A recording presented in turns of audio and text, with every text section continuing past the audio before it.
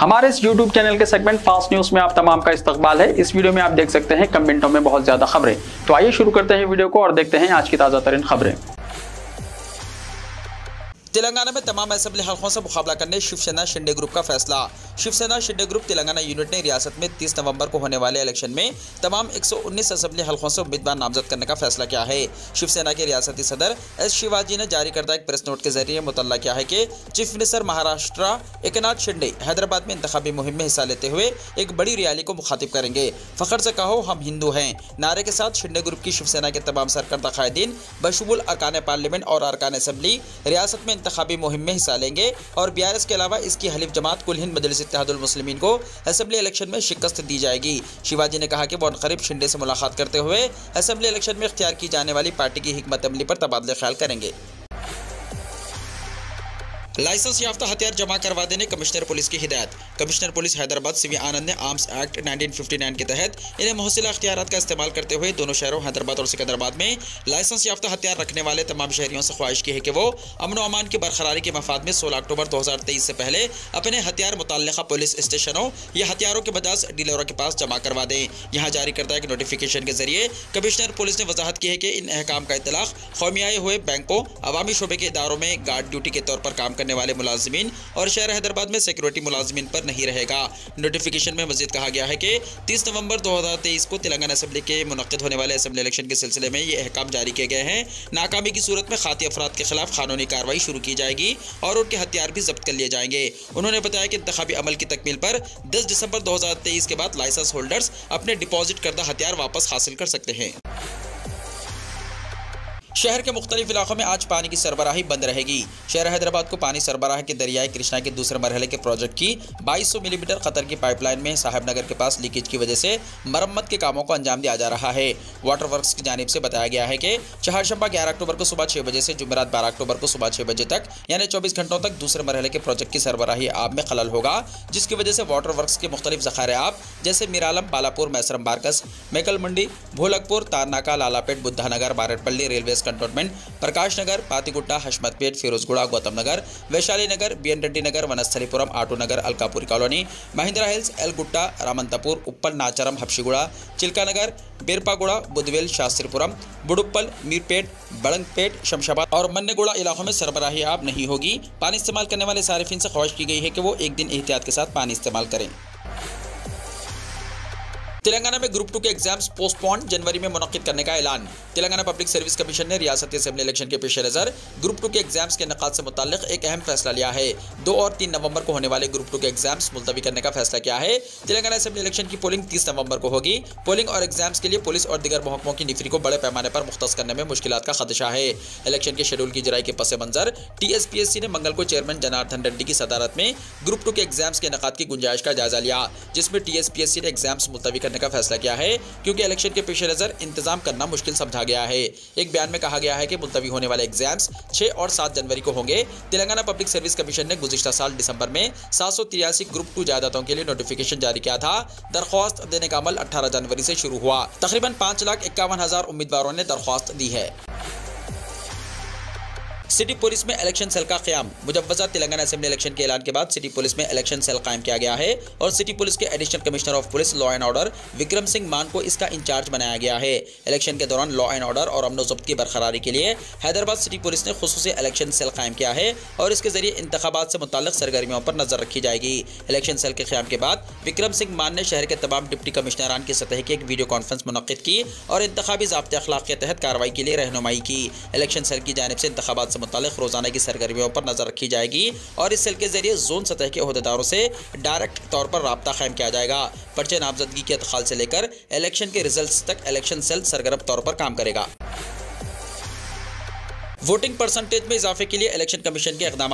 Election के दौरान राय दही के फीसद में इजाफे के लिए इलेक्शन कमीशन ऑफ इंडिया की जानिब से कई इकदाम किए जा रहे हैं, जिनमें शऊर बेदारी के अलावा वोट की अहमियत से वाकिफ करवाने की मुहिम शामिल है। लेकिन इसके बावजूद रियासत तेलंगाना के शहरी इलाकों में राय दही के फीसद में ना होने वाले इजाफे पर ओहदेदारों की जानिब से तशवीश का इजहार करते हुए कहा जा रहा है कि रियासत के मजमूई राय दही के फीसद के बराबर शहरी इलाकों में राय दही को यकीनी बनाने के लिए इकदाम का जायजा लिया जा रहा है।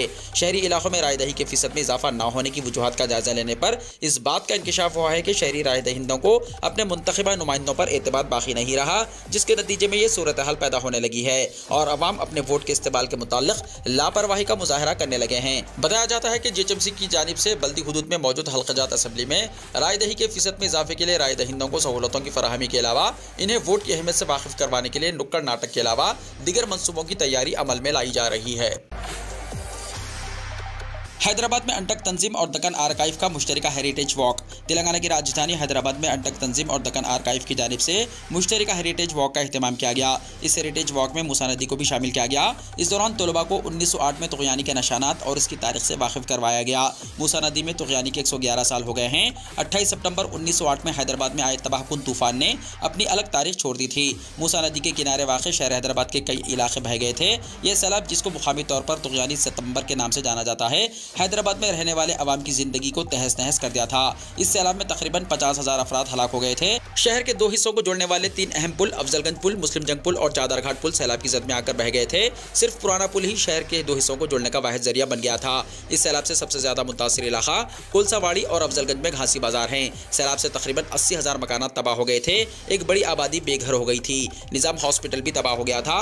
तबाहर में शरीक मरीज जिंदा दफन हो गए थे। 1860 में तामीर करदा अफजलगंज पुल, मुस्लिम जंग पुल और चादर घाट पुल सफ़े हस्ती से मिट गए थे। निजाम हैदराबाद मीर महबूब अली खान ने सैलाब की तबाही और तुग़यानी के बाद की सूरत हाल का सड़कों और गली कूचों में पहुंचकर जायजा लिया था। उन्होंने तूफान की तबाही और नुकसानात का भी सर्वे करवाया। तुग़यानी पर सरोजनी नायडू ने अपनी नज़म में मीर महबूब अली खान के अवाम के सामने अश्कबारी का भी जिक्र किया था। उन्होंने अपनी नज़म का उन्वान आसिफ जाह के आंसू रखा था।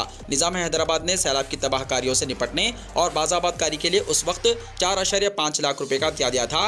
आज ये रकम 5 बिलियन के मुताबिक होती है। सैलाब की तबाही से मुतासिरा तकरीबन 80,000 अफराद के लिए रोजाना 3 महीने तक खाने का इंतजाम किया गया था।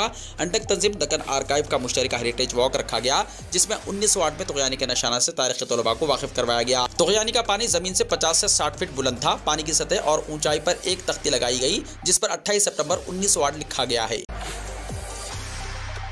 रियासती वजीर को इलेक्शन से पहले राहत, एडवोकेट कमीशन की रिपोर्ट पर फैसला। रियासती वजीर एक्साइज श्रीनिवास गौड़ को तेलंगाना हाई कोर्ट से उस वक्त राहत मिली जब असेंबली के लिए उनके इंतखाब को चैलेंज करते हुए दाखिल की गई दरख्वास्त को मुस्तरद कर दिया गया। महबूबनगर असेंबली हल्के से श्रीनिवास गौड़ के इंतखाब को चैलेंज करते हुए रघुविंदर राजू ने 2019 में दरख्वास्त दायर की थी। दरख्वास्त गुजार का कहना है कि श्रीनिवास गौड़ ने 2018 असेंबली चुनाव में इलेक्शन कमीशन को पेश करदा हलफनामे में अपने असासजात और खर्च के बारे में गलत मालूमात फराहम की है। उन्होंने बताया कि रिटर्निंग ऑफिसर को हलफनामा पेश करने के बाद इसे दोबारा हासिल कर लिया गया और जरूरी तरमीमात के बाद जमा किया गया, जो अज़ुर क़ानून गलत है। दरख्वास्त गुजार ने इलेक्शन कमीशन को गुमराहकुन मालूमात फराहम करने पर श्रीनिवास गौड़ के इंतखाब को कलादुम करने की दरख्वास्त की। अदालत ने फरीक़ैन की समाअत के बाद दरख्वास्त को मुस्तरद कर दिया। हाईकोर्ट ने साबिक़ में इस मामले की जांच के लिए एडवोकेट कमीशन का तकर्रुर किया था, जिसके रूबरू श्रीनिवास गौड़ पेश हुए और अपने मौक़िफ़ की वजाहत की। एडवोकेट कमीशन ने हाईकोर्ट में अपनी रिपोर्ट पेश की। अदालत ने एडवोकेट कमीशन की रिपोर्ट और फरीक़ैन के दलाइल की समाअत करते हुए दरख्वास्त को मुस्तरद कर दिया। अखिलती इमदादी स्कीम के लिए 100 करोड़ रुपए मंजूर, सिर्फ 20 करोड़ की इजराई। हुकूमत ने अखिलतों की 100% इमदादी स्कीम के लिए तकरीबन 12 दिन पहले 100 करोड़ रुपए मंजूर करते हुए इस सिलसिले में GOB जारी कर दिया। तहम कलेक्टर्स और माइनॉरिटी डिस्ट्रिक्ट वेलफेयर ऑफिसर की गफलत और लापरवाही से इंतखाबी शेड्यूल की इजराई से पहले सिर्फ 20 करोड़ रुपए जारी हुए हैं, जिससे अखिलतों बिलखुसूस मुसलमानों में मायूसी पाई जाती है। इस तरह महबूबनगर में रियासती वजीर आबकारी की अदम दिलचस्पी से 160 चेक्स और 250 सिलवाई मशीन बर वक्त मुसलमानों में तकसीम नहीं हो सके। अखिलती 100% स्कीम के तहत 40,000 अखिलतों को फायदा पहुंचाने का मंसूबा तैयार किया गया था। हर 15 दिन में एक मरतबा 10,000 अक़लियतों में चेक तक़सीम करने की हिकमत अमली तैयार की गई थी। ताहम पहले मरहले के चेक तक़सीम करने के बाद दूसरे मरहले की स्कीम के लिए फंड्स की इजराई में ताखिर हुई। 30 सितंबर को बिलाखिर 100 करोड़ रुपए मंजूर करते हुए GO जारी किया गया। सदर नशीन तेलंगाना अक़लियती मालियाती कॉर्पोरेशन इम्तियाज़ इसाक़ ने 3 अक्टूबर से चेक तक़सीम करने का ऐलान किया था। ताहम बावसूख ज़राए से पता चला है कि अजला कलेक्टर्स और माइनॉरिटी डिस्ट्रिक्ट वेलफेयर ऑफिसर्स ने बर वक्त 10,000 इस्तेफादा कुनंदगान की फहरिस्त तैयार नहीं की, जिसकी वजह से पूरे 100 करोड़ रुपए जारी नहीं हुए। सारी रियासत से सिर्फ 2,149 इस्तेफादा कुनंदगान की फहरिस्त जारी की है, जिस पर जिले कलेक्टर्स के अकाउंट्स में 21 करोड़ 41 लाख रुपए मुंतकिल किए गए हैं। जिसके बाद रियासत में इंतखाबी शेड्यूल जारी हो गया है, जिससे दोबारा चेक्स की तकसीम में ताखिर के बादल मंडला रहे हैं। पहली बात यह है कि हुकूमत ने इस स्कीम के लिए फंड्स की इजराई में टाल मटोल की पॉलिसी पर अमल किया और इंतखाबी शेड्यूल जारी होने से एक हफ्ता पहले 100 करोड़ रुपए जारी किए थे, जबकि अक़लियती मालियाती कॉर्पोरेशन की जानिब से 153 करोड़ रुपए जारी करने का मुतालबा करते हुए महकमे फाइनेंस को तदावीज़ रवाना की गई थी। वजीर फाइनेंस टी हरीश राव ने 100 करोड़ रुपए जारी करते हुए माबाकी 53 करोड़ रुपए बहुत जल्द जारी करने का वादा किया था, लेकिन अब इंतखाबी ज़ाब्ते अखलाक नाफिज हो गया है। पहले 53 करोड़ रुपए जारी ना हो सके। ओहदेदारों की गफलत और लापरवाही से 80 करोड़ रुपए जारी होने से रुक गए हैं, जो मुस्लिम अक़लियत का बहुत बड़ा नुकसान है। जराये से पता चला है कि ये एक जारी स्कीम है। शेड्यूल की इजराई से 2 महीने पहले इसी स्कीम का आगाज हो गया था, लिहाजा फंड्स की इजराई कोई मसला नहीं रहेगा। इलेक्शन कमीशन को तवज्जो दिलाते हुए चेक्स की तकसीम के लिए राह हमवार करवाने की कोशिश की जा रही है। सदरनशीन अक़लियती मालियाती कॉर्पोरेशन इम्तियाज़ी साख का मुत्तहदा ज़िले महबूबनगर से ताल्लुक़ है, जहाँ मुस्लिम अक़लियत का फैसला कुन मौक़ूफ़ है। उन्होंने सदरनशीन के खुसूसी कोटे में मुसलमानों के लिए 160 अक़लियती इमदादी चेक्स और ख़वातीन के लिए 250 सिलवाई मशीन मंजूर करवाए और स्पेशल कोटा के चेक्स की रकम कलेक्टर अकाउंट में मुंतकिल कर दी गई और इसकी तकसीम के लिए एक शादी खाना भी बुक कर दिया गया और पीर को दिन में 11 बजे प्रोग्राम का भी इनेकाद किया गया, जिसमें इस्तिफादा कुनंदगान की भारी तादाद भी पहुंच गई थी। तहम मुकामी वजीर एक्साइज श्रीनिवास गौड़ प्रोग्राम में शिरकत का वादा करते हुए देर कर दी, तब तक इंतखाबी शेड्यूल जारी कर दिया। इसके बाद प्रोग्राम को मनसूख कर दिया गया, जिसके बाद मुसलमानों में मुकामी वजीर के खिलाफ नाराजगी और बरहमी पैदा हो गई। आइंदा हफ्ते के बाद गर्मी की शिद्दत में कमी की पेशकाशी। मौसम की तब्दीली से गर्मी की शिद्दत में इजाफा नई बात नहीं है, लेकिन दर्जे हरारत में इस कदर इजाफा मामूल की बात नहीं है, जिसके नतीजे में शहर और कई अजला में शहरियों में शदीद गर्मी का एहसास हो रहा है। ऐसा महसूस हो रहा है कि मौसम 12 के बाद सरमा के बजाय गर्मा आ चुका है। माहिर मौसमियात ए श्रीनिवास ने बताया कि मौसम 12 के बाद गर्म मौसम कोई नई बात नहीं है। शहर में दर्जे हरारत 38 डिग्री से तजावुज़ कर चुका है और आइंदा 5 दिनों में गर्मी में मजीद इजाफे का खदशा है। माहिरीन के मुताबिक मौसम सरमा का आगाज़ और सर्द लहर की शुरुआत आइंदा महीने के दूसरे हफ्ते में शुरू होगी, जबकि आइंदा हफ्ते के बाद गर्मी और दर्जा हरारत में कमी आएगी। दर्जा हरारत में इजाफे से मौसम गर्मा का एहसास हो रहा है और यह सिलसिला एक हफ्ता जारी रह सकता है। मंदी खाने से 13 अफराद की सेहत मुतासिर। आंध्र प्रदेश में मंदी खाने से तकरीबन 1 दर्जन अफराद मुतासिर हो गए, जिनमें 3 की हालत नाजुक बताई गई है। जराये के मुताबिक विशाखापट्टनम में कल ये वाक़या पेश आया। इलाके में मंदी की होटल हालिया दिनों कायम की गई। आमतौर पर आंध्राई खाने सांबर, इडली और वेजिटेरियन थाली मशहूर हैं और शहर में इन खानों को पसंद किया जाता है। इस तरह हैदराबाद के पकवान तो दुनिया भर में मशहूर हैं और एक जायकेदार पकवान मंदी इन दिनों आंध्रा में काफ़ी मकबूल हो रही है। मंदी के जायके और मकबूलियत से गाजवाका में धूम मची है और मंदी तनावुल करने वालों की तादाद में इजाफा हो रहा है। हर कोई मंदी का मजा चखने बेचैन है। तहम शहरियों के रुझान को इतवार की रात शदीद धक्का लगा। मंदी खाने वाले तकरीबन 13 अफराद की सेहत अचानक बिगड़ गई और उन्हें अस्पताल से रुजू किया गया, जिनमें 3 की हालत नाजुक बताई गई है। हुक्काम ने इस वाक़े के बाद मंदी होटल का मुआयना किया और तहकीकात जारी है। बीजेपी के खिलाफ सड़कों पर उतरेगी कांग्रेस, पूछेगी बुनियादी सवालात। दिल्ली प्रदेश कांग्रेस कमेटी ने आज अपने दफ्तर राजीव भवन में मुनक्किदा प्रेस कॉन्फ्रेंस में बीजेपी हुकूमत की अवाम मुखालिफ पॉलिसी और नाकामियों के खिलाफ सड़कों पर उतरने का फैसला लिया है। इस बाबत दिल्ली कांग्रेस सदर अरविंद सिंह लवली ने प्रेस कॉन्फ्रेंस में ऐलान करते हुए कहा कि जवाब दो हिसाब दो मुहिम के तहत दिल्ली के 7 पार्लिमानी हल्कों में बीजेपी के मेंबरान पार्लियामेंट और मुंतखब नुमाइंदों से जवाब तलब किया जाएगा। ताहम इनसे ये भी पूछा जाएगा कि अब तक आपने कितना काम किया है। उन्होंने कहा कि मुहिम के पहले मरहले में कांग्रेस पार्टी तमाम 7 पार्लिमानी हल्कों में प्रतिज्ञा रैली का इनेकाद करेगी, जिसका आगाज 15 अक्टूबर को शुमाल मगरबी पार्लिमानी हल्के के बवाना से पहली नवरात्रि से होगा, जिसमें दिल्ली इंचार्ज दीपक बापरिया रैली से खिताब करेंगे। राजस्थान में असेंबली इंतखाब की तारीख तब्दील, अब 25 नवंबर को डाले जाएंगे वोट। इंतखाबी कमीशन ने राजस्थान में असेंबली इंतखाब की तारीखें बदल दी हैं। रियासत में अब 23 नवंबर की जगह 25 नवंबर को वोट डाले जाएंगे। इंतखाबी कमीशन ने तारीख में की गई तब्दीली से मुताल्लिक वजाहत भी की है।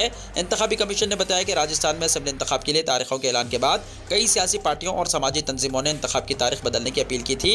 उनका कहना था कि इस दिन 23 नवंबर को बड़े पैमाने पर शादियाँ और समाजी तकारीब हैं। इस अपील को पेश नज़र रखते हुए इंतखाबी कमीशन ने वोटिंग के लिए नई तारीख 25 नवंबर मुकर्रर की है। इलेक्शन कमीशन ने राजस्थान में वोटिंग के लिए तय की गई नई तारीख के साथ साथ इससे जुड़ी दूसरी तारीखों में भी तब्दीलियों का ऐलान किया है। नए इंतखाबी शेड्यूल के मुताबिक 30 अक्टूबर को नोटिफिकेशन जारी होगा। 6 नवंबर तक पर्चे नामजदगी दाखिल किया जा सकेगा। नामजदगी पर्चों की जांच 7 नवंबर को होगी और 9 नवंबर तक नाम वापस लिए जा सकेंगे। 25 नवंबर को वोट डाले जाएंगे और इसका रिजल्ट 3 दिसंबर को सामने आ जाएगा, जो कि पहले मुकर्रर किया गया था। भूख प्यास और खून से शराब और गजा की पट्टी चंद घंटों में अंधेरे में डूब जाएगी। फलस्तीन इसराइल जंग जारी है और खून खराबे का दौर अपने शबाब पर है। महलूकीन की तादाद में तेजी से इजाफा हुआ है और अब तक फलस्तीन में 1050 अफराद के जाबहा होने की तस्दीक हुई है, जिनमें 60% खवातीन और बच्चे शामिल है। वहीं दूसरी तरफ हमास के हमले में इसराइल के अंदर 1200 से ज्यादा अफराद के हलाक होने की इत्तला मिली है। हजारों की तादाद में दोनों तरफ लोग जख्मी हैं और इसराइल जंग को मजीद तबाहकुन बनाने की कोशिश कर रहा है। जंग के सारे कवानीन को बालाए ताख रखते हुए इसराइल ने अंधाधुन एयर स्ट्राइक के साथ ही तालीमी इदारों को भी निशाना बनाना शुरू कर दिया। गजा इस्लामिक यूनिवर्सिटी को तबाह कर दिया गया और अब हमास के अलावा लेबनान और मुल्क शाम की सरहदों पर भी इसराइल को मज़ाहिमत का सामना है। इस बीच फ़लस्तीन के अंदर हालात नागुफ्तबा है। दरअसल फ़लस्तीन के इलाके गजा की पट्टी में महकमे सेहत ने खबरदार किया कि अस्पतालों में मौजूद ईंधन चंद घंटों में खत्म हो जाएगा, जिससे पट्टी मुकम्मल अंधेरे में डूब जाएगी और शहरियों को बुनियादी जिंदगी की खिदमत फराहम करना नामुमकिन हो जाएगा। वीडियो को लाइक शेयर कीजिए और हमारे इस YouTube चैनल को सब्सक्राइब करते हुए इसके बेल आइकॉन को भी प्रेस कर लीजिए ताकि ऐसी ही ताज़ा तरीन खबरें आइंदा भी आपको मिलती रहें।